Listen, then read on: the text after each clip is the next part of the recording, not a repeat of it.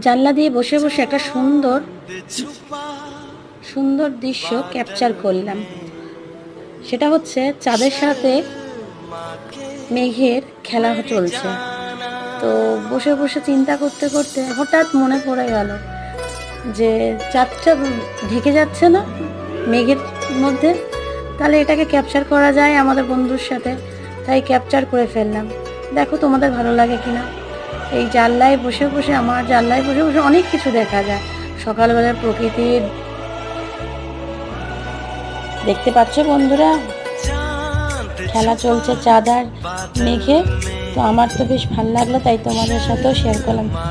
ঠান্ডা ঠান্ডা হাওয়া দিচ্ছে জানলা দিয়ে, আর এই চাঁদ আর মেঘ দুজনে কি খেলা শুরু করেছে, একদম লুকোচুরি।